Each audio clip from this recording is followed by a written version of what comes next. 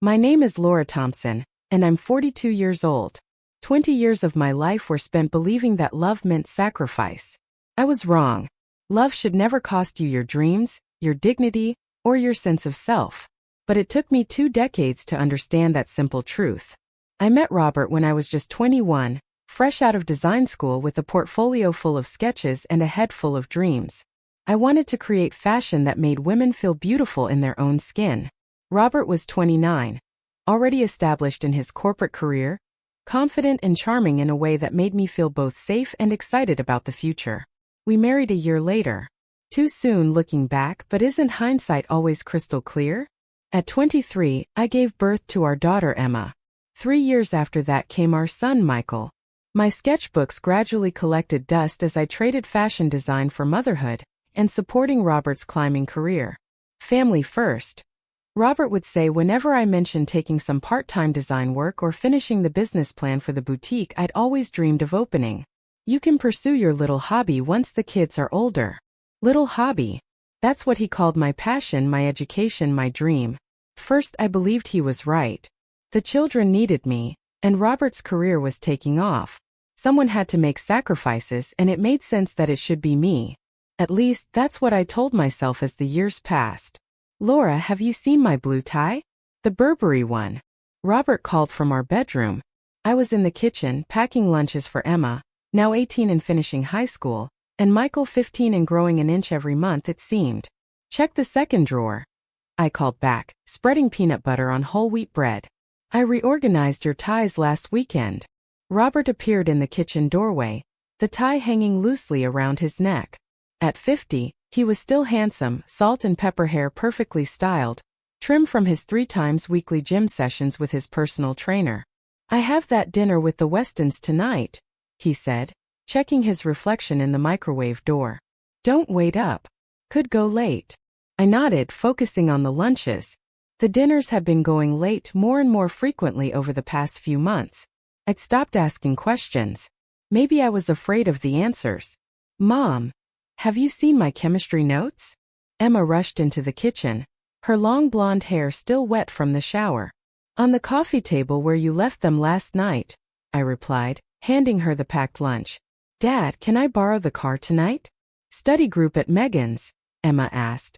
Robert barely looked up from his phone. Ask your mother. I won't be home. Emma rolled her eyes at me behind his back. I gave her a warning look. We'd had this conversation before. Robert worked hard to provide for us. His schedule was demanding. His stress level was high. We needed to be understanding. At least that's what I kept telling myself and the kids. Michael slouched into the kitchen next, headphones around his neck, hair rumpled. Morning, Dad. Robert glanced up briefly. Son, your hair looks like you stuck your finger in an electrical socket. Michael's face fell slightly, but he shrugged. It's the style, Dad. Robert turned to me. Laura, I need those gray slacks back from the dry cleaner for my trip next week. I'll pick them up today, I said automatically. After 20 years of marriage, I'd become an expert at anticipating Robert's needs, smoothing his path, making sure nothing disrupted his important work life. Meanwhile, I'd taken up sewing again in the past few years, mostly altering clothes for friends or making costumes for school plays. Small projects I could fit between grocery shopping, household management, and being Robert's support system. Once everyone had left for the day, I sat at the kitchen table with my coffee, looking around at the spotless kitchen, the calendar filled with everyone else's appointments, the life I'd built around serving others. I pulled out my old sketchbook from the bottom drawer, my secret place where I still occasionally jotted down design ideas. I flipped through pages of women's clothing designs, elegant, practical pieces that transitioned seamlessly from office to evening. Fashion that actual women could wear and feel confident in. My fingers traced the sketches, and I felt that familiar ache in my chest, the one I'd gotten good at ignoring. My phone buzzed with a text from my best friend Diane. Don't forget, coffee at 11. No excuses this time. Diane had been my roommate in design school. Unlike me, she'd actually pursued her career, working as a buyer for a department store. She never let me forget what I'd given up, though she'd softened her criticism over the years as she watched me throw myself into motherhood. At the coffee shop, Diane was already waiting, her stylish outfit making me feel self-conscious in my jeans and simple blouse. "There she is," Diane said, standing to hug me. "I was starting to think you were going to bail again." "Robert had a breakfast meeting, so I had some free time," I said, settling into the chair across from her. Diane raised an eyebrow. "Free time? Laura Thompson has free time? Alert the media." I laughed, but it sounded hollow even to my ears. "How are things at the store?" "Chaotic. We're planning the fall buying trip to New York." She took a sip of her latte. "You should come with me. For old time's sake. We could hit the fabric district, see some shows." I shook my head. "I can't just take off to New York, Diane. The kids are practically adults," she finished for me. "Emma's going to college next year. Michael's not far behind. And Robert is a grown man who presumably knows how to use a microwave. It's not that simple. It never is with you." Diane's tone softened. "Laura, do you remember what you told me our last year of design school? That you were going to have your own boutique by 30. I stared into my coffee. That was a lifetime ago. It doesn't have to be just a dream, you know. You're talented. You always were. I make Halloween costumes and hem pants now, Diane. That's hardly high fashion. Because you haven't given yourself permission to do more." She reached across the table and touched my hand. "I've seen what you can do. Remember that dress you made for my birthday last year? I still get compliments every time I wear it." I felt a small flush of pride. The midnight blue cocktail dress I'd created for Diane had been my most ambitious project in years. I'd stayed up late for weeks, working on it after everyone was asleep, turning the guest room into a temporary studio. "That was just a one-off," I said. "A gift for a friend. It was gorgeous and you know it. Look." Diane reached into her bag and pulled out a flyer, sliding it across the table. "There's a small retail space opening up in the Oakwood Center. The rent is reasonable. It would be perfect for a boutique."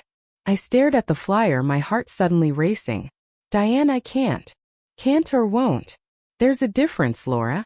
I tucked the flyer into my purse anyway, unable to simply throw it away. "I should go. I need to pick up Robert's dry cleaning." Diane sighed but stood to hug me goodbye. "Just think about it, okay? You're allowed to want things for yourself." That night, after dinner, which Robert missed, I found myself sitting in the guest room with the flyer in my hands. Emma knocked on the open door. "Mom? Can I talk to you?" I quickly tucked the flyer under a magazine. "Of course, sweetie. What's up?" Emma sat on the edge of the bed.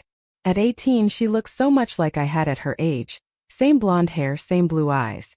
But there was a confidence in her that I didn't remember having.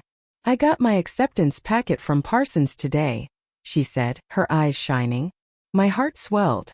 "Oh, Emma. That's wonderful." "I know. I can't believe I got in."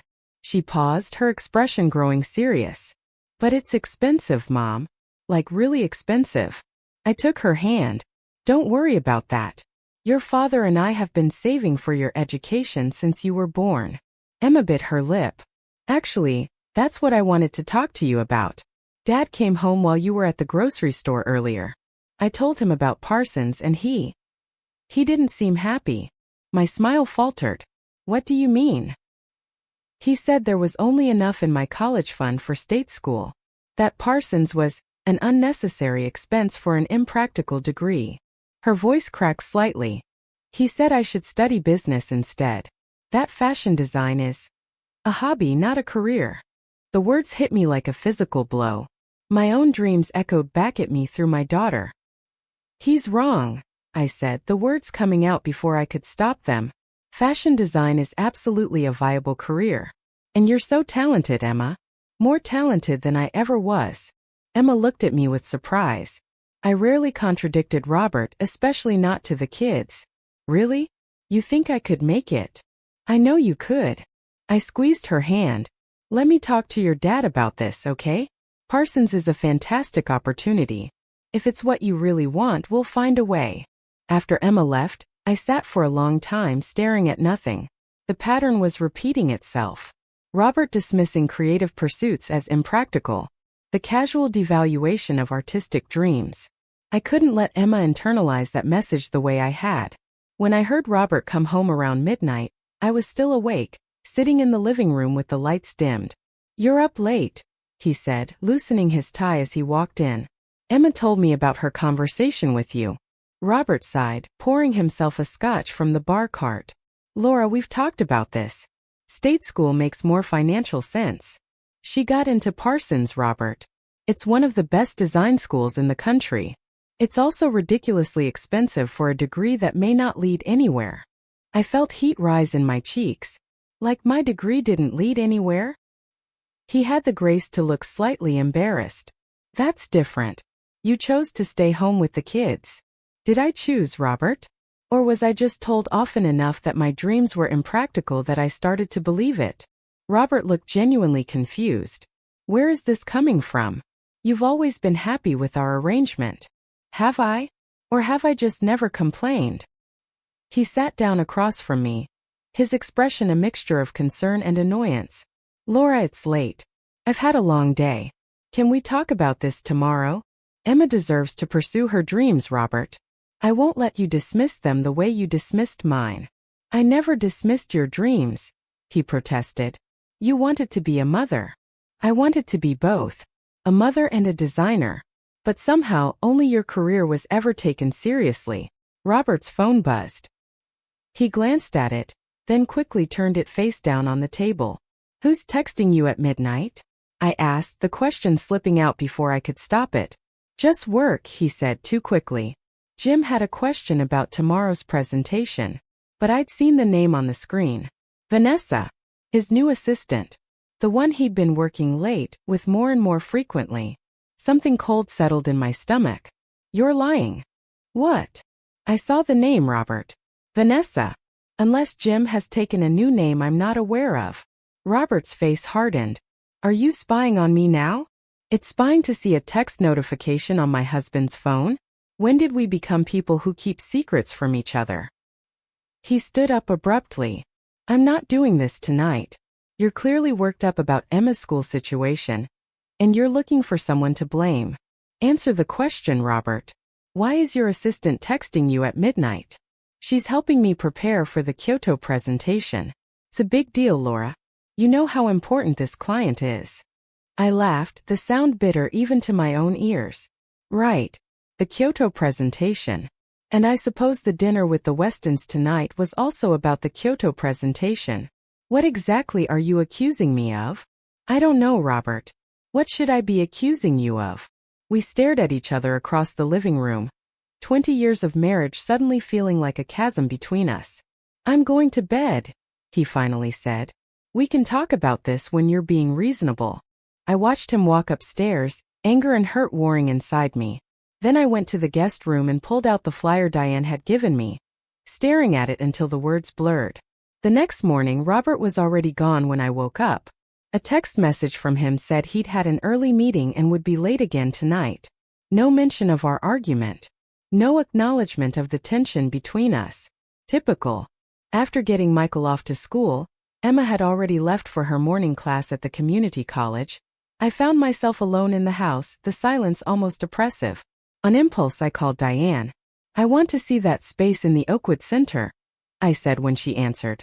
There was a moment of surprised silence, then Diane's excited voice. "I'll pick you up in 20 minutes.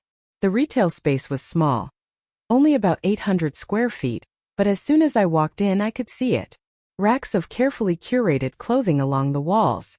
A few mannequins displaying my original designs. A small area in the back for consultations and fittings. The previous tenant was a jewelry store, so the lighting is already excellent, the property manager was saying. And the location gets good foot traffic, especially on weekends.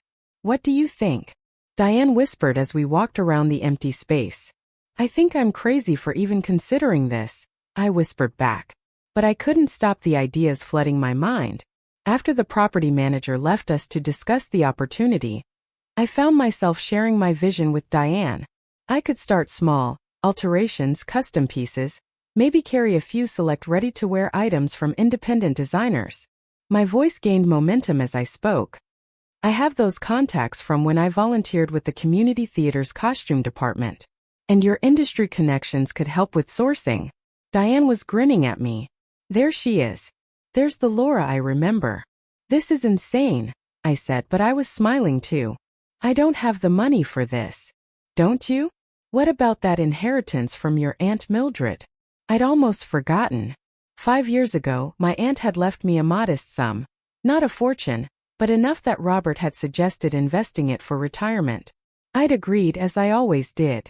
But the money had been left specifically to me. Robert would never agree to this. Since when does Robert control your inheritance? Diane challenged. That money was left to you, Laura. Not to Robert, not to your marriage. To you. I ran my fingers along the sleek counter at the front of the store. Even if I had the money to lease the space and buy initial inventory, I haven't designed anything serious in years. Bullshit, Diane said bluntly. I've seen the sketchbook you think no one knows about. The one you hide in your bottom kitchen drawer. I stared at her. How did you? You left it out once when I came over for dinner last year. Those designs were beautiful, Laura. Modern, wearable, elegant. She took my hands. You didn't lose your talent. You just buried it under everyone else's needs. We left the Oakwood Center with the property manager's card and a promise to be in touch soon. I felt lighter than I had in years, despite the practical voice in my head listing all the reasons this was a terrible idea. That afternoon, while folding laundry, my phone rang with an unfamiliar number. Mrs. Thompson? A woman's voice asked when I answered. Yes, this is Laura. This is Carol from Oakwood Cleaners. Your husband's gray slacks are ready for pickup. Oh, thank you. I'll be by later today. Great. And Mrs. Thompson? There was a receipt in the pocket that we removed before cleaning. We have it with the garment. Thank you, I'll make sure he gets it. At the dry cleaners, Carol handed me Robert's perfectly pressed slacks with a small paper envelope. The receipt is in here, she said. I thanked her and headed to my car, the envelope forgotten until I was about to pull out of the parking space. Curious, I opened it. It wasn't a receipt. It was a hotel bill. For a room at the Grand Hyatt downtown. From 3 nights ago, when Robert had told me he was at a business dinner with clients from Chicago. My hands trembled as I examined the bill. 2 guests. Room service for 2. A bottle of champagne. I sat in my car for a long time, the hotel bill burning a hole in my hand, my mind racing between denial and devastating certainty. Robert was having an affair. Probably with Vanessa, his 28-year-old assistant with the perfect figure and ambitious career goals. When I finally drove home, I went straight to our bedroom and opened Robert's side of the closet. I told myself I was looking for evidence, but really I already knew. I just needed to confirm what my heart had been suspecting for months. In the pocket of his rarely worn casual jacket, I found a small jewelry box from Tiffany & Company. Inside was a delicate silver bracelet. Not my style at all. The gift receipt showed it had been purchased 2 weeks ago. Not my birthday, not our anniversary, not any occasion that would warrant jewelry for his wife. I closed the box and returned it exactly where I'd found it. Then I went to the kitchen, pulled out my sketchbook from the bottom drawer, and began to draw with a fury I hadn't felt in years. By the time Emma and Michael came home from school, I had filled 10 pages with designs, women's business wear with innovative details, evening pieces that would transition effortlessly from office to dinner, all with the clean lines and subtle elegance that had always defined my aesthetic. Mom! Emma found me at the kitchen table, pencil still in hand. Are you okay? You look different. I looked up at my daughter, this beautiful, talented young woman with dreams so similar to the ones I'd once had. I'm more than okay, I said. I've made a decision. You're going to Parsons. Emma's eyes widened. But Dad said. I know what Dad said. But this isn't his decision to make alone. We're going to find a way. Emma sat down across from me, her eyes falling to my sketchbook. Wow, Mom. These are amazing. When did you do these? Today, I said, surprised myself at how quickly the designs had flowed once I'd given myself permission to create again. Emma, what would you think if I started my own business? Like a clothing business? With your designs? Her face lit up. That would be so cool. You're really talented, Mom. It's just an idea right now, I cautioned. A small boutique, maybe. Nothing fancy. Emma was already flipping through my sketches. These aren't nothing fancy. These are really good. I love this blazer with the asymmetrical closure. And this wrap dress is gorgeous. For the first time in years, I felt a flicker of professional pride. You think so? Absolutely. Mom, you should totally do this. The front door opened and closed, and Michael's voice called out, I'm home. He appeared in the kitchen doorway, backpack slung over one shoulder. What's going on? Why do you both look so intense? Emma grinned at him. Mom's going to start her own fashion business, and I'm going to Parsons. Michael raised his eyebrows at me. For real? Does Dad know? The question hung in the air, reminding me of the hotel bill in my purse, the bracelet in Robert's pocket, the conversation we needed to have. Not yet, I said carefully. But we'll discuss it as a family.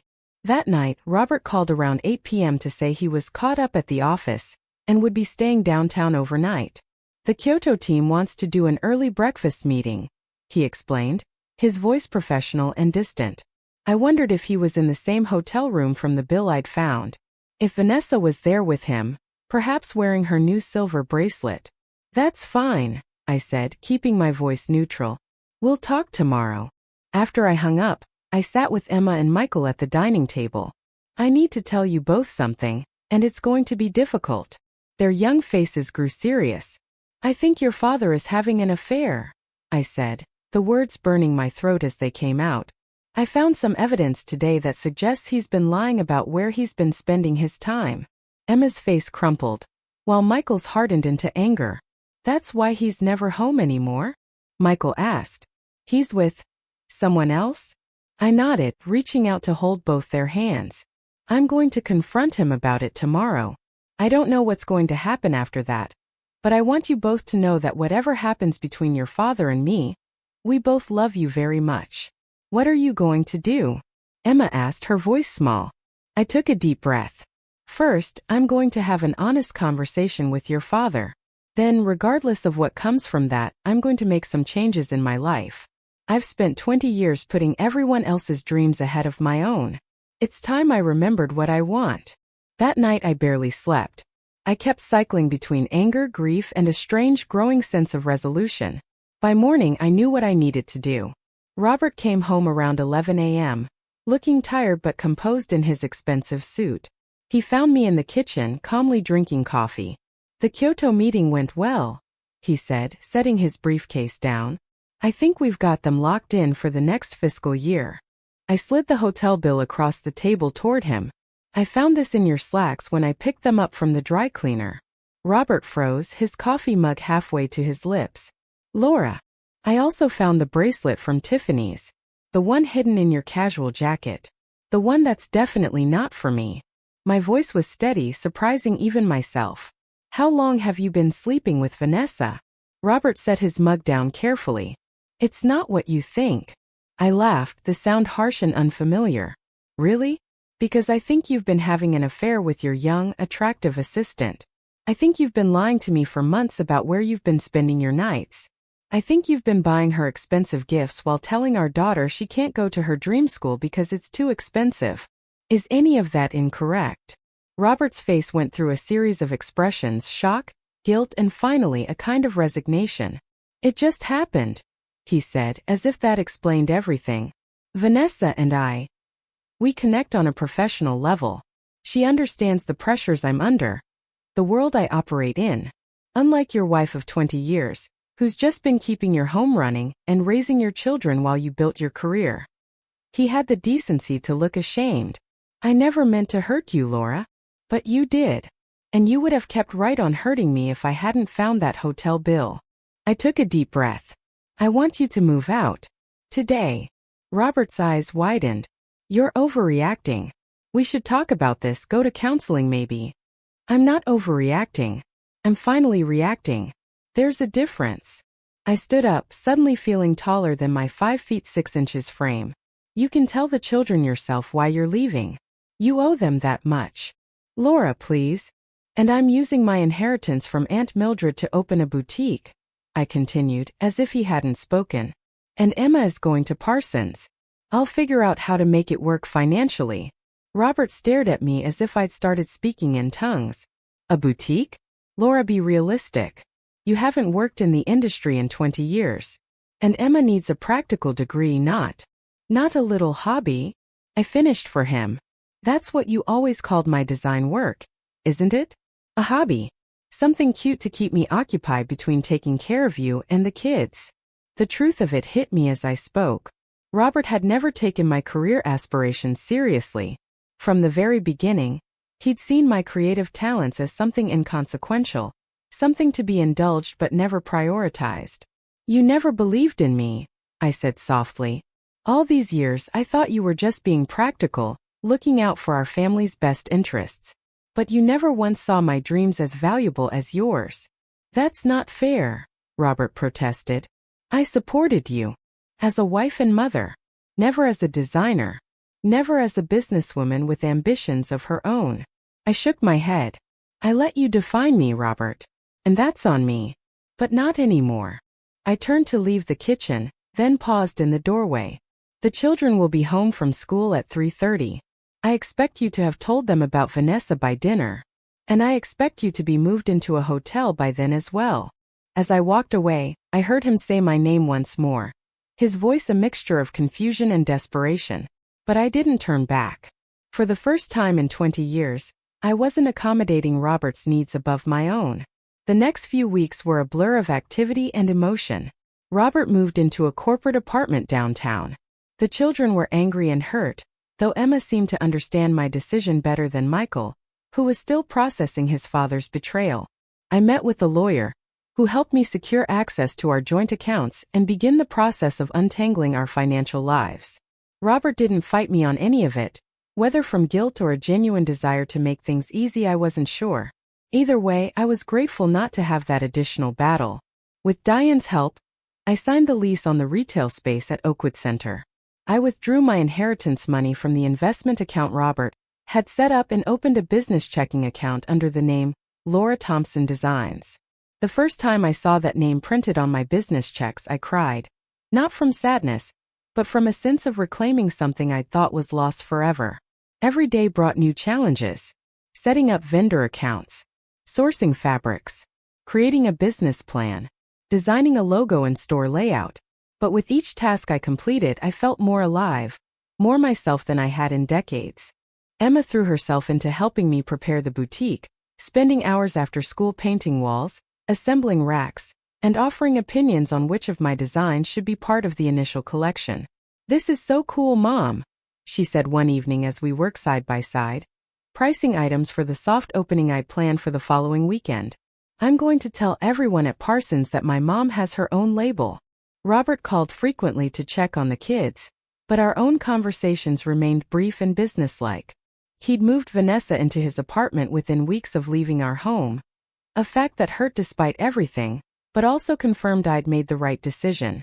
The night before my boutique's soft opening, I stood in the center of the space, hardly able to believe it was real. My designs hung on the racks, not many yet, but enough to showcase my aesthetic. The signage above the door read, Laura Thompson Designs, in elegant, understated lettering. My phone buzzed with a text from Diane. "Everything ready for tomorrow? Need any last-minute help?" I texted back, "All set. Just having a moment." Her reply came quickly, "Proud of you. See you at 9 a.m. sharp with coffee and croissants." I walked slowly around the boutique, touching each garment, remembering the satisfaction of creating them. Some were new designs, born in the weeks since my separation from Robert. Others were ideas I'd sketched years ago, finally brought to life. Looking at them now, displayed professionally in my own store, I felt a surge of emotion so powerful it nearly knocked me off my feet. Pride, accomplishment, and beneath it all, a quiet, steady certainty that I was finally on the right path. I locked up the boutique and drove home, ready to rest before the big day ahead. As I pulled into my driveway, I saw Robert's car parked at the curb. He was sitting on the front steps waiting. "What are you doing here?" I asked as I approached. "The kids are at a movie with friends." "I know," he said, standing. "I came to see you." Something in his expression made me pause. He looked different, humbled maybe, or just tired. "Can we talk?" he asked. "Please." I hesitated, then nodded toward the house. "Come in." "But I can't stay up late. I have an important day tomorrow." In the kitchen, The heart of the home where we'd shared so many moments over 20 years. Robert stood awkwardly as if unsure of his place. Vanessa moved out, he said finally. I raised an eyebrow, waiting. She. He ran a hand through his hair. It turns out she was more interested in my position at the firm than in me. Once she realized I wasn't going to fast-track her career the way she wanted, things fell apart pretty quickly. I couldn't help the small bitter laugh that escaped. So she used you. Ironic. Robert winced. I deserve that. What do you want, Robert? Why are you here? He took a deep breath. I've been doing a lot of thinking these past few weeks. About us. About the mistakes I made. Affairs aren't mistakes. They're choices. You're right. And it was a terrible choice. He moved toward me, stopping when I took a step back. But it was a symptom of something that had been wrong between us for a long time. I stopped seeing you, Laura. The real you. I got so caught up in my career, in what I thought success looked like, that I forgot to notice when you stopped being happy. I crossed my arms. And now that Vanessa is gone, you've suddenly had this epiphany? No, he said, surprising me with his directness. I've had it watching you these past few weeks, seeing you build your business. The way you light up when you talk about your designs. How alive you seem. He swallowed hard. I realized I've never seen you like this before. And that's my fault. I should have encouraged your dreams the way you always encouraged mine. I felt tears threatening but blinked them back. It's too late for that, Robert. I know I hurt you.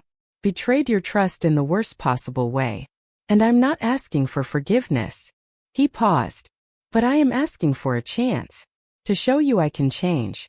To support you the way I should have all along. For a moment I allowed myself to imagine it. Reconciliation.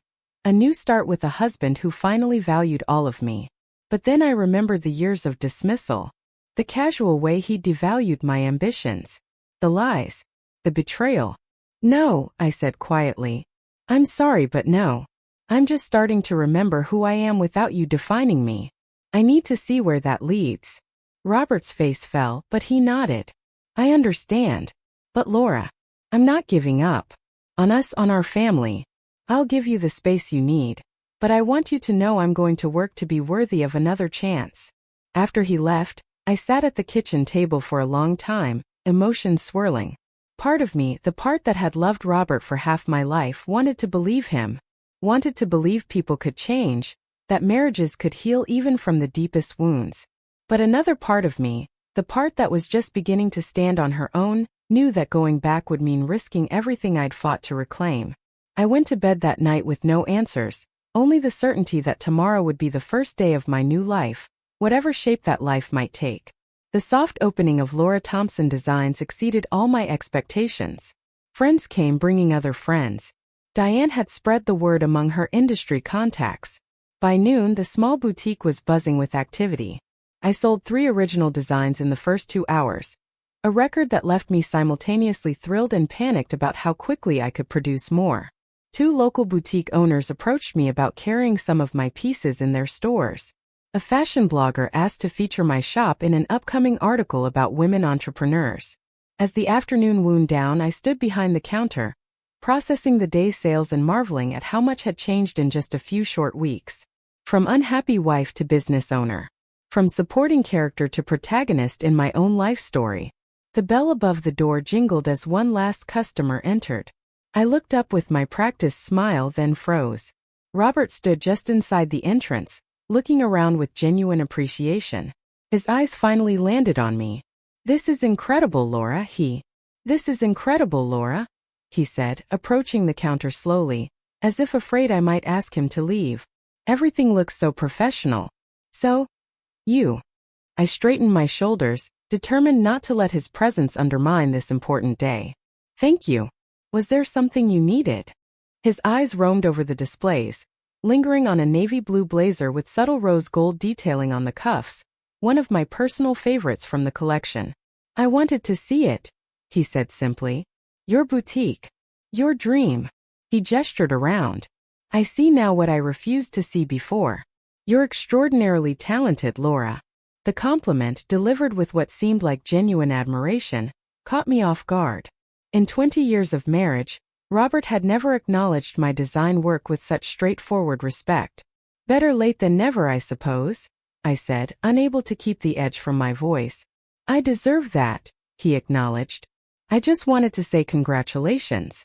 This, he gestured around the boutique, is remarkable, especially considering how quickly you put it all together. A customer approached with a question about sizing, giving me a welcome excuse to step away from the conversation with Robert. By the time I'd finished helping her select a silk blouse, Robert had gone. In his place on the counter was a small gift bag with a card. Inside the bag was an antique silver thimble, delicately engraved with Art Deco patterns. The card read simply, "To new beginnings. I'm proud of you, Robert." The gift was thoughtful in a way that surprised me. Neither extravagant nor dismissive, but acknowledging my craft with a practical tool that was also beautiful. I slipped the thimble into my pocket, unsure how to feel about this new, seemingly supportive version of my estranged husband. Over the next few months, Laura Thompson Designs began to establish itself in the local fashion scene. What had started as a small boutique primarily featuring my custom work and alterations slowly expanded to include a carefully curated selection of pieces from independent designers I admired. I hired a part-time assistant, a fashion student named Zoe who brought youthful energy and a keen eye for merchandising to the shop. With her help managing the sales floor, I was able to spend more time in the small studio space I'd set up in the back, creating new designs and working on custom orders. Emma left for Parsons in the fall, bubbling with excitement about her classes and the creative energy of New York. We FaceTimed nearly every day, with her showing me her latest sketches and me giving feedback. Our relationship had evolved into something richer, still mother and daughter, but now also fellow designers who spoke the same creative language. Michael remained with me in the family home, adjusting to the new normal of our divided family. He spent weekends with Robert, who had moved into a modest apartment not far from his office. To my surprise, Robert had begun making real efforts to connect with our son, attending his soccer games and helping with college research in a way he'd never made time for before. My relationship with Robert remained complicated. The divorce proceedings moved forward, but without the animosity I might have expected. He'd become almost scrupulously fair about financial matters, even offering to help fund Emma's Parsons tuition beyond what I could manage from my inheritance and growing business income. "It's not about the money, Laura," he'd said when I questioned his generosity. "I want to support Emma's dreams the way I should have supported yours." I didn't quite know how to respond to this new reflective Robert. Part of me remained wary, expecting the other shoe to drop, but as weeks turned into months with no signs of him reverting to his old dismissive attitudes, I found myself cautiously accepting that perhaps he had genuinely changed. Not enough to rebuild our marriage, that bridge had been thoroughly burned, but enough that we could potentially forge something like a friendship from the ashes. Then came the day that changed everything again. I was in my studio, working on a commission for a Mother of the Bride ensemble, when Zoe knocked on the door. "Laura? There's someone here to see you. Says she's an old friend of Robert's." Something in Zoe's hesitation made me look up. Did she give her name? Vanessa Reynolds. My hand stilled on the fabric. Vanessa, Robert's former assistant. His affair partner. The woman who had, however indirectly, catalyzed the implosion of my marriage and the rebirth of my career. "Show her back," I said, smoothing my hair instinctively. Vanessa was as beautiful as I'd imagined from the few glimpses I'd caught of her at company functions, tall, willowy, with the kind of effortless elegance that comes from youth and confidence. She wore a designer suit that probably cost more than my monthly rent for the boutique. "Mrs. Thompson," she said, extending a manicured hand. "Thank you for seeing me." I shook her hand briefly. "It's Miss Thompson now. Or just Laura." "Of course."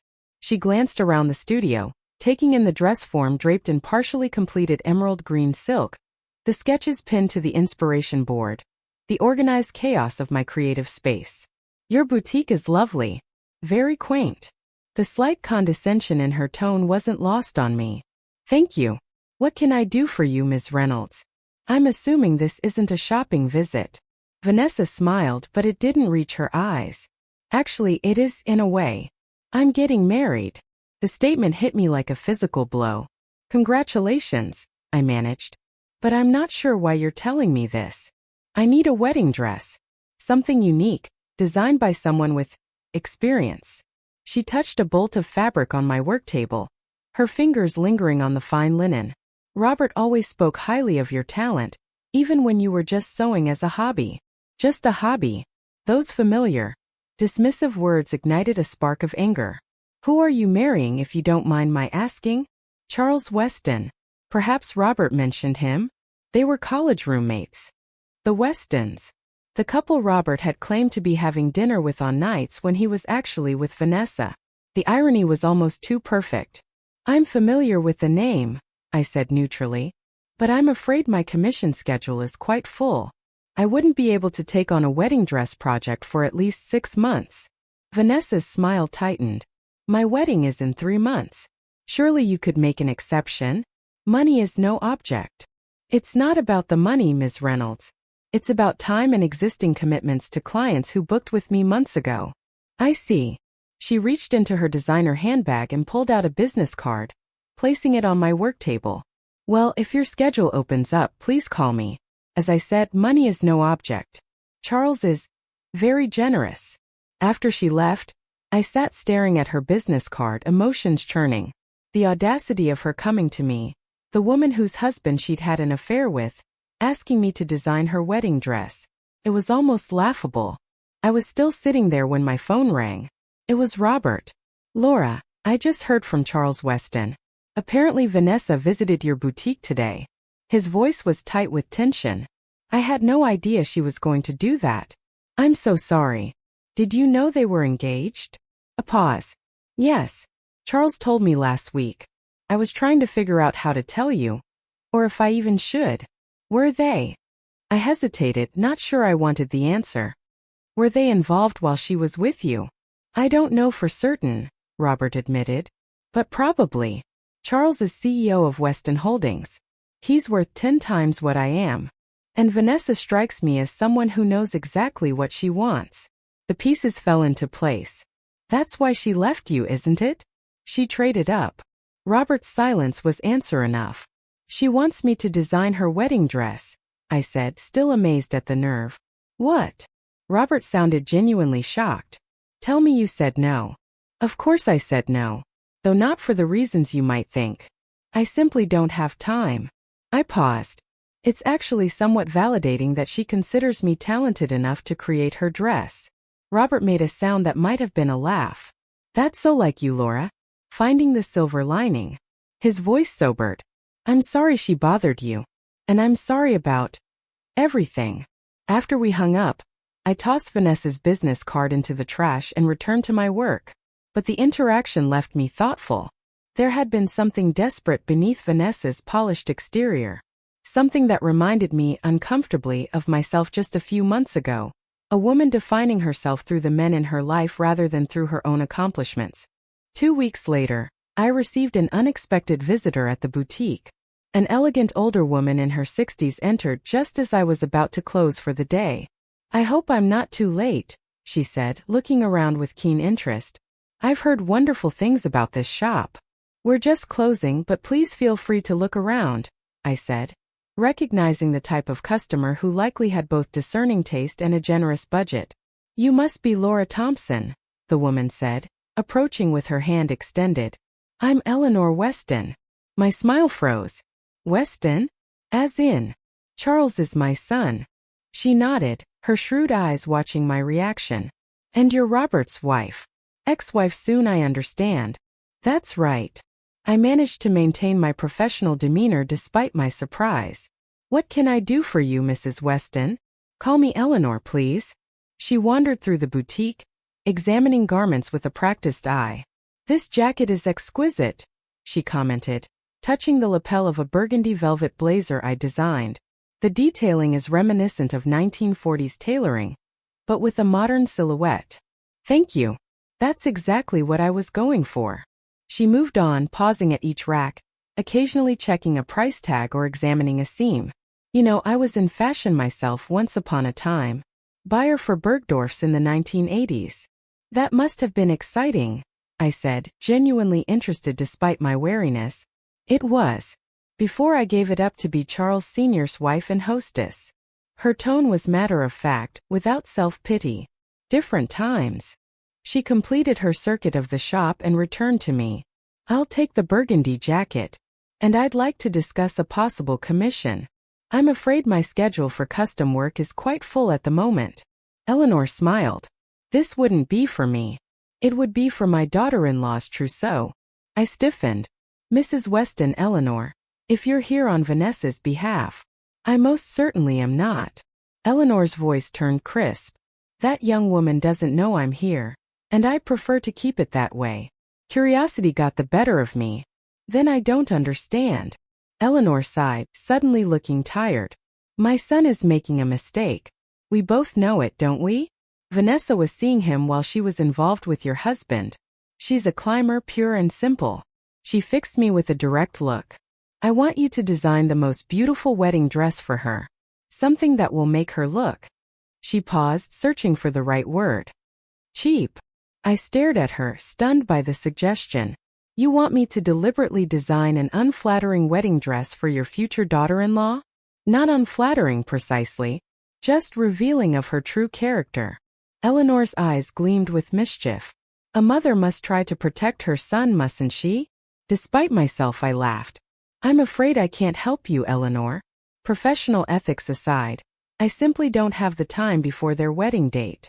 I understand. She didn't seem particularly disappointed. Worth a try. Will you at least sell me the jacket? I rang up her purchase, still bemused by the entire encounter. As I handed her the garment bag, Eleanor said, You know, Laura, I've been watching your career with interest these past few months. You've created something remarkable here, and in such a short time. Thank you. Have you considered expanding? Perhaps a small collection for wholesale? The question caught me off guard. Eventually, perhaps. Right now I'm focused on building my local clientele and custom work. Eleanor reached into her handbag and produced a business card. When you're ready to take that next step, call me. I may be retired, but I still have connections in the industry. People who would be very interested in what you're creating. After she left, I turned the card over in my hands. Eleanor Weston, fashion consultant. A web of connections I hadn't anticipated, linking my past and present in unexpected ways. Fall turned to winter. The boutique thrived, with holiday sales exceeding my most optimistic projections. Emma came home from Parsons for winter break, bubbling with stories about her classes and the vibrant creative community she'd found in New York. Mom, you should see the projects we're working on, she exclaimed, spreading her portfolio across our kitchen table. Professor Levine says my construction techniques are advanced for a first year. I told her I learned from you. I felt a surge of pride, not just in Emma's accomplishments but in the knowledge that I'd been able to pass along skills and passion to my daughter despite the years of suppressing my own creative ambitions. And I've been thinking, Emma continued, her enthusiasm infectious. What if we collaborated on something? For the boutique? A mother-daughter capsule collection for spring. The idea was both thrilling and intimidating. That sounds amazing, but you should focus on your studies. The boutique will still be here when you graduate. Emma shook her head. This would be part of my studies. I can propose it as an independent project. Please, Mom. It would be so cool. Looking at her eager face, I realized I was falling into an old pattern, putting others' dreams ahead of possible collaborative joy. You know what? Let's do it. We can start planning while you're home for break.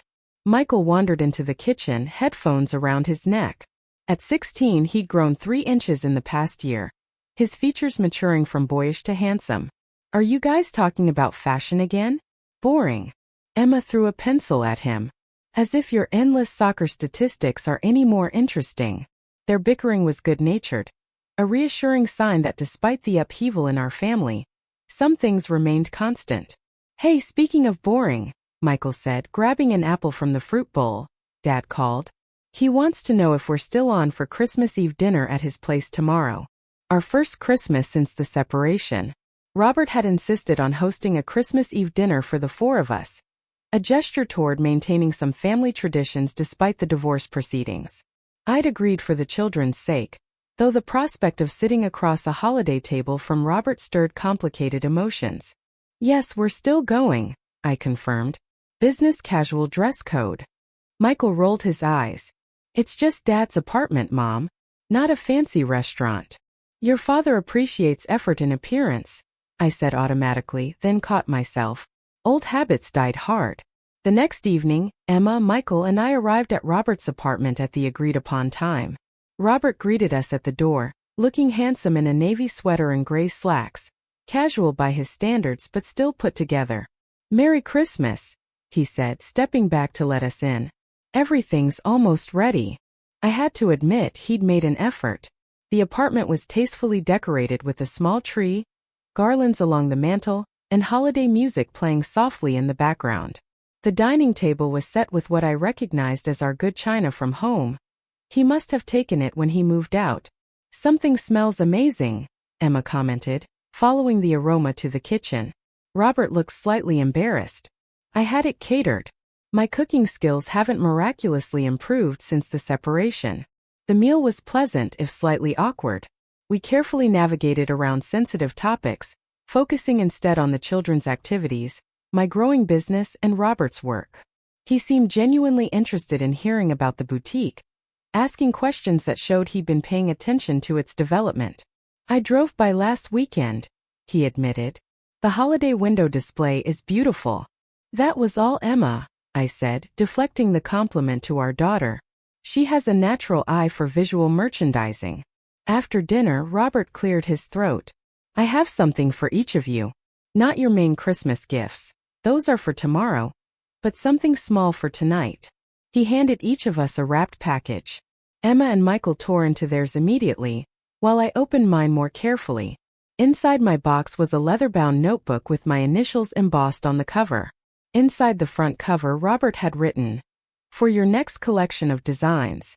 The world has waited too long to see them. R." The gift was thoughtful, supportive in a way that our marriage had rarely been. I looked up to find Robert watching me, a question in his eyes. "Thank you," I said sincerely. "It's perfect." Later, as we prepared to leave, Robert pulled me aside while the kids gathered their things. "Laura, I've been thinking. Would you have dinner with me sometime? Just the two of us." The invitation caught me off guard. "Robert, not as a romantic thing," he added quickly. "Just as friends. I've missed talking to you." I studied his face, searching for ulterior motives but finding only sincerity. "I'll think about it." It wasn't until we were driving home that I realized how much had changed. 6 months ago, Robert had been the center of my world. My happiness contingent on his approval, my identity subsumed by his needs. Now, the prospect of dinner with him was just one option among many in my increasingly full life. January brought a cold snap and an unexpected opportunity. Eleanor Weston called the boutique one morning. "Laura, darling, I have someone who needs to meet you. A buyer from Neiman Marcus who's in town for just 2 days. Any chance she could stop by this afternoon? Around 3. My heart raced at the mention of Neiman Marcus. Of course. I'd be delighted. The boutique had never looked better. Zoe and I spent the morning ensuring every garment was perfectly steamed, every surface dusted, every detail just so. At precisely 3 o'clock, Eleanor arrived with a stylish woman in her 40s. "Laura, this is Patricia Alvarez, senior buyer for Neiman Marcus. Patricia, the talented Laura Thompson I've been telling you about." Patricia shook my hand with a firm grip. "Eleanor speaks very highly of your work. I'm intrigued by what I've heard about your design aesthetic. Wearable elegance with unexpected details." "That's very flattering," I said, trying to remain professional despite my excitement. "Would you like to see some of my current collection?" For the next hour, Patricia examined every garment, asking detailed questions about fabrics, construction techniques, and design inspiration. She took notes, occasionally exchanging knowing glances with Eleanor. "I'm particularly interested in your jacket designs," Patricia said, holding up the same burgundy velvet piece that Eleanor had purchased. "There's a freshness to them, but with a timeless quality that our customers appreciate." When she finally sat down to talk business, I could hardly believe what I was hearing. "I'd like to place an initial order for 20 pieces, a mix of jackets and dresses, for our Dallas and Beverly Hills locations," Patricia said. with potential for expansion to other stores if the collection performs well. The order was larger than anything I'd anticipated at this stage of my business. It would mean hiring more help, possibly investing in additional equipment, certainly long hours of work. I'm not sure I can fulfill an order of that size on my own, I admitted. I'd hate to promise something I can't deliver. Patricia smiled. Eleanor mentioned you might say that. We're prepared to help with production resources if needed. Neiman Marcus values quality and creativity. We're willing to invest in designers we believe in. After they left, with a contract for me to review and a promise to follow up the next day, I sat in stunned silence in my studio. A major department store wanted my designs. My name would be on garments in Neiman Marcus. I reached for my phone and without thinking called Robert. He answered on the second ring. Laura? Everything okay? Everything's amazing, I said, and proceeded to tell him about Patricia's visit and the Neiman Marcus offer. That's incredible. His enthusiasm sounded genuine. I always knew you had this in you, Laura. Always. The revisionist history made me laugh. No, you didn't. You thought it was a hobby. There was a pause. You're right. I didn't see it. Or I didn't want to see it. His voice softened. I'm seeing it now, though. And I'm so damn proud of you. The words affected me more than I expected. Despite everything, Robert's approval still meant something. Not everything, not like before, but something. Listen, he said. Let me take you to dinner to celebrate. Anywhere you want. This time I accepted. Dinner with Robert was surprisingly pleasant. We chose a small Italian restaurant we discovered years ago on our 10th anniversary, neutral territory with good memories. He arrived with a bouquet of lilies, my favorite flowers. Congratulations, he said, handing them to me. The first of many successes, I'm sure. Over pasta and wine, we talked about the Neiman Marcus deal, the logistics of scaling up production, and the challenge of maintaining creative control while working with a large retailer. You'll need a lawyer to look over that contract, Robert advised. I can recommend someone who specializes in retail agreements if you'd like. That would be helpful, I admitted. This is all new territory for me. And exciting territory. He raised his glass. To Laura Thompson Designs at Neiman Marcus. They don't know how lucky they are to have discovered you. As we ate, the conversation drifted to other topics, the children, mutual friends, even some cautious reminiscing about happier times in our marriage. For the first time since discovering his affair, I found myself relaxed in Robert's company. You seem different, I observed as we lingered over dessert. More present. Robert nodded. I've been seeing a therapist, trying to understand why I made the choices I did. Not just the affair, but everything leading up to it. And? Any insights? He was quiet for a moment. I think I was scared. Of failure, of not measuring up. I built my identity around being successful, being the provider. And somewhere along the way I convinced myself that meant I deserved special treatment. That the rules didn't apply to me. He met my eyes. I was wrong. And I hurt the person who always supported me most. The simple honesty of his words touched me. This was a Robert I'd rarely seen, vulnerable, self-aware, without the defensive pride that had characterized so much of our marriage. What about Vanessa? I asked, curiosity overcoming tact. Have you heard anything about the wedding? A shadow crossed his face. It's still on as far as I know. Set for Valentine's Day, ironically enough. He took a sip of wine. Charles doesn't know what he's getting into. Or maybe he does and he doesn't care. His mother certainly has her doubts. Robert raised an eyebrow. You've spoken with Eleanor Weston? I told him about Eleanor's visit to the boutique and her outrageous request to design a sabotage wedding dress. By the end of the story, we were both laughing. That sounds like Eleanor, Robert said, wiping his eyes. She's always been formidable. She's been incredibly supportive of my business, I acknowledged. The Neiman Marcus connection is entirely thanks to her. Some good coming from that whole mess, at least. As Robert paid the bill, over my objections, I found myself wondering what might have happened if he had been this person during our marriage, supportive of my ambitions, respectful of my talents, capable of humility and self-reflection.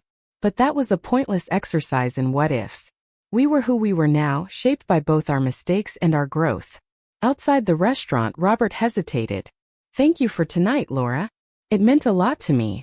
It was nice, I admitted. Surprisingly so. Could we do it again sometime? His expression was hopeful but restrained. Just as friends. I value your company. Always have. I considered for a moment, then nodded. I'd like that. He walked me to my car, a respectful distance between us. Before I got in, he said, You know, seeing you like this, confident, successful, pursuing your passion, it makes me realize what I prevented all those years. And what I missed out on by doing so. I drove home with mixed emotions. There was no denying Robert had changed. Whether that change was permanent, whether it had come too late for us, I couldn't say. But for the first time since our separation, I felt something close to forgiveness beginning to take root. The spring saw Laura Thompson designs expand beyond my wildest dreams. The Neiman Marcus collection launched to strong sales, leading to orders from 2 additional luxury retailers. I hired 3 seamstresses and moved production from my boutique's backroom to a small workshop space 2 doors down. Emma's spring break coincided with a trunk show featuring our mother-daughter capsule collection, which had evolved from a casual conversation into a genuine creative collaboration. The local press covered the event, with the City magazine running a feature on fashion's new mother-daughter design team. Through it all, Robert remained supportive from a distance, offering business advice when asked but never overstepping. We had dinner every few weeks, developing a friendship that felt both familiar and entirely new. Then in late April, just as I was preparing for a buying trip to New York, Vanessa Reynolds Weston walked into my boutique.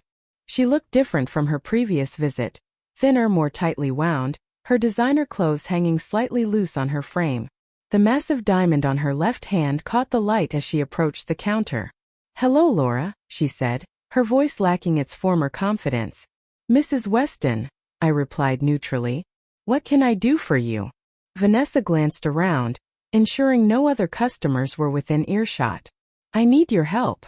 The irony almost made me laugh. "My help? With what?" "My marriages." She hesitated. "It's not what I expected." I raised an eyebrow but said nothing. "Charles is." She lowered her voice. "He's controlling. About money, about my time, about everything. It was fine at first, the lifestyle, the status. But now." She twisted her wedding ring nervously. "I made a mistake." Part of me wanted to enjoy her distress, to savor the karmic justice of the situation. But the larger part recognized the look in her eyes, the trapped feeling of a woman who had defined herself through men's approval and found herself lost. "I'm sorry you're unhappy, Vanessa, but I'm not sure how I can help. I need a job," she blurted out. "Something that gives me my own income, my own identity. I'm suffocating, Laura." I stared at her in disbelief. "You want me to give you a job? After everything? I have experience in executive assistance. I'm organized, detail-oriented. I could help with the business side of things while you focus on design." Her words came faster, more desperate. "I know it's asking a lot, but I don't have anywhere else to go." "What about Robert? Surely he'd help you find something." She looked away. "Robert won't take my calls. And Charles? He'd be furious if he knew I was job hunting." I studied her, this woman who had played a role in dismantling my marriage and inadvertently freeing me to rebuild my life on my own terms. She wasn't a villain from a soap opera. She was a flawed, desperate person who had made poor choices. Just like Robert had.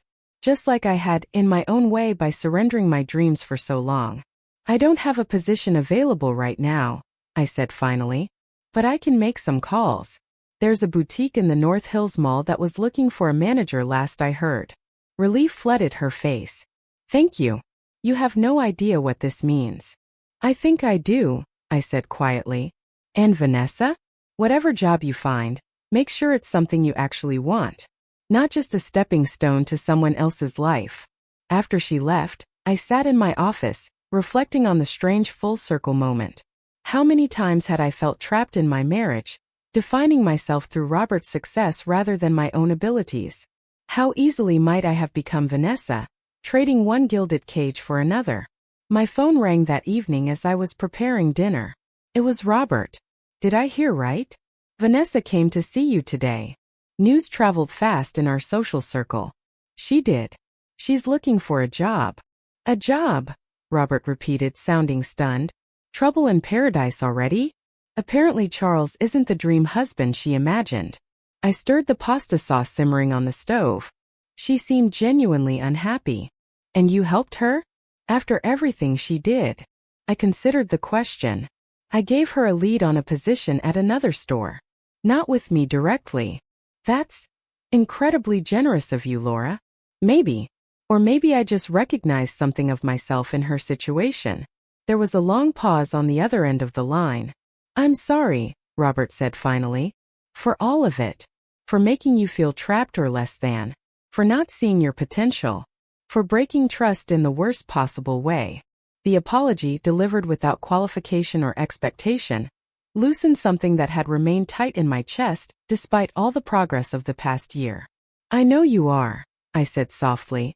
And I accept your apology. Thank you. He cleared his throat. Listen, the real reason I called. I have tickets to the Symphony Gala next weekend. I know you always loved the spring concert. Would you consider coming with me? As friends, of course. I hesitated, then made a decision. Not as friends, Robert. Oh. The disappointment in his voice was palpable. I understand. It was presumptuous of me to. Let me finish, I interrupted. Not as friends, but as a date. An actual date. No promises beyond that, but a new beginning, maybe. His sharp intake of breath was audible through the phone. Laura, are you sure? No, I admitted. But I think it's worth finding out. 1 year after opening Laura Thompson Designs, I stood in the expanded boutique space, now twice its original size, with a dedicated studio for custom work and a small but growing team of employees. The anniversary celebration had drawn fashion editors, local clients, and industry contacts, all mingling around displays of my latest collection. Congratulations, Mom, Emma said, appearing at my side with a glass of champagne. Home for the summer between her first and second years at Parsons, she'd been invaluable in helping prepare for the event. 1 year down, many more to go. I couldn't have done it without you, I told her, meaning it. Her youthful perspective and contemporary design sensibility had helped shape the brand's evolution. Sure you could have, she contradicted. But I'm glad I got to be part of it.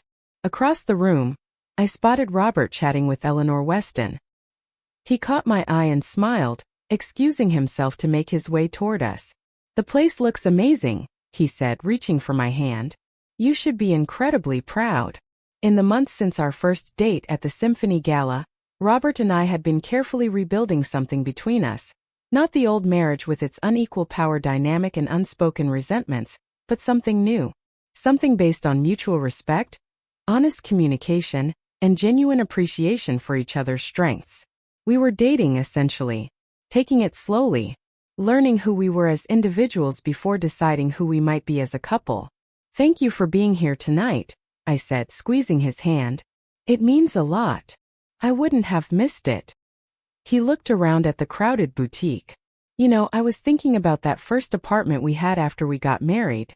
Remember how you transformed the spare bedroom into a makeshift studio, working late into the night on your designs?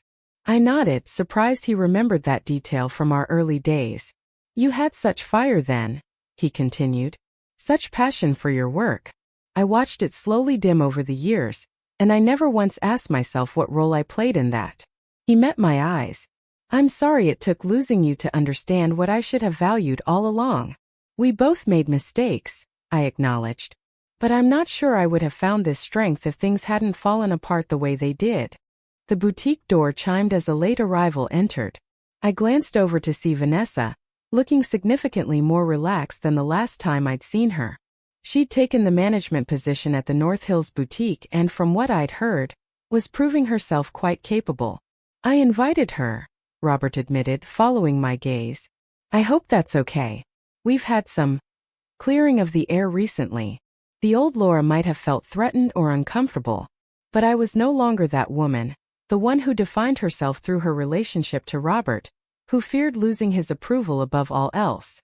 It's fine, I said and meant. It's fine, I said and meant it. Everyone deserves a second chance.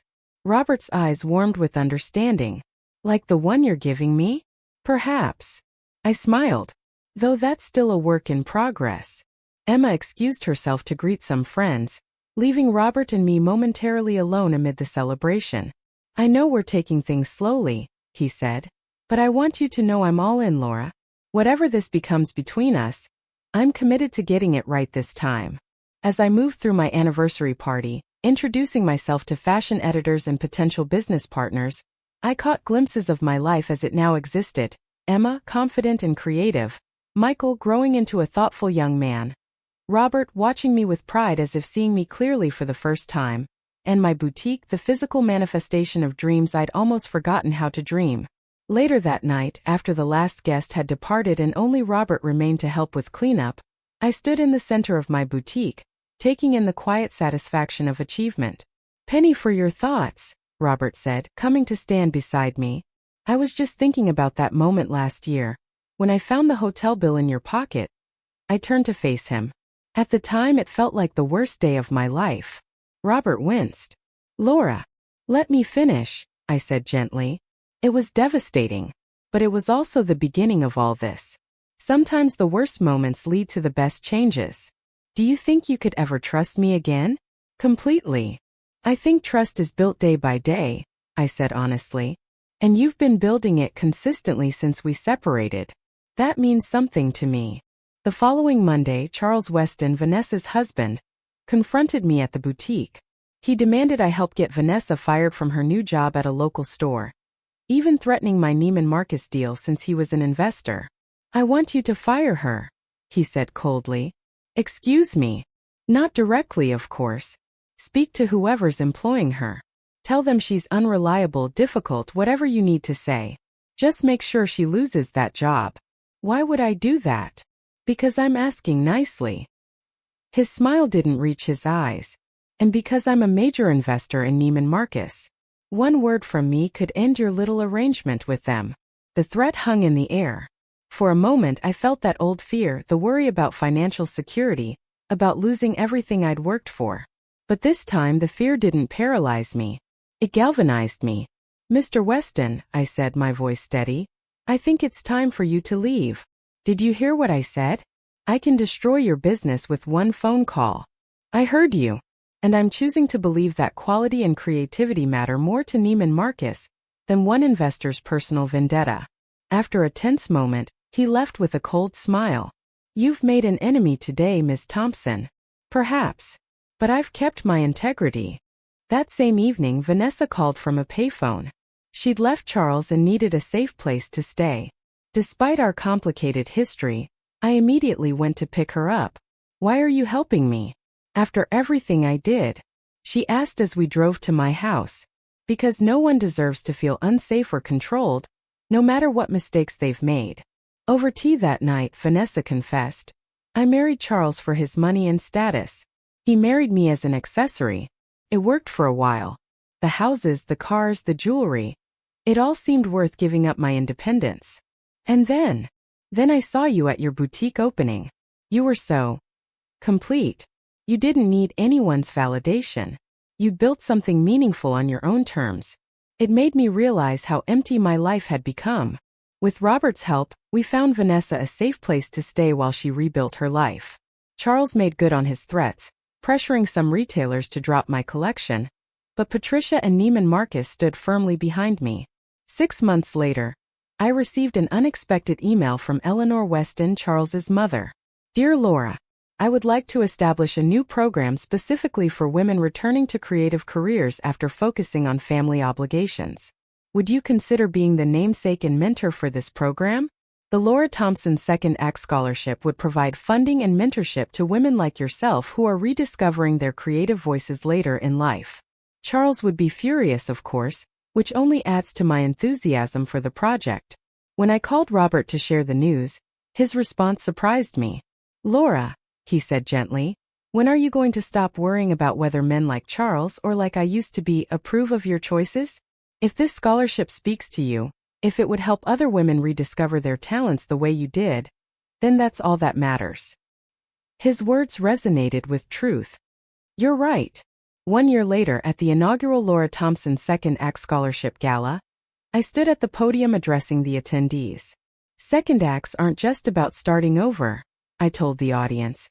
They're about reclaiming parts of yourself that got set aside, rediscovering passions that never truly disappeared, just went dormant while life took you in other directions. In the front row sat Robert, Emma, and Michael, all watching with pride.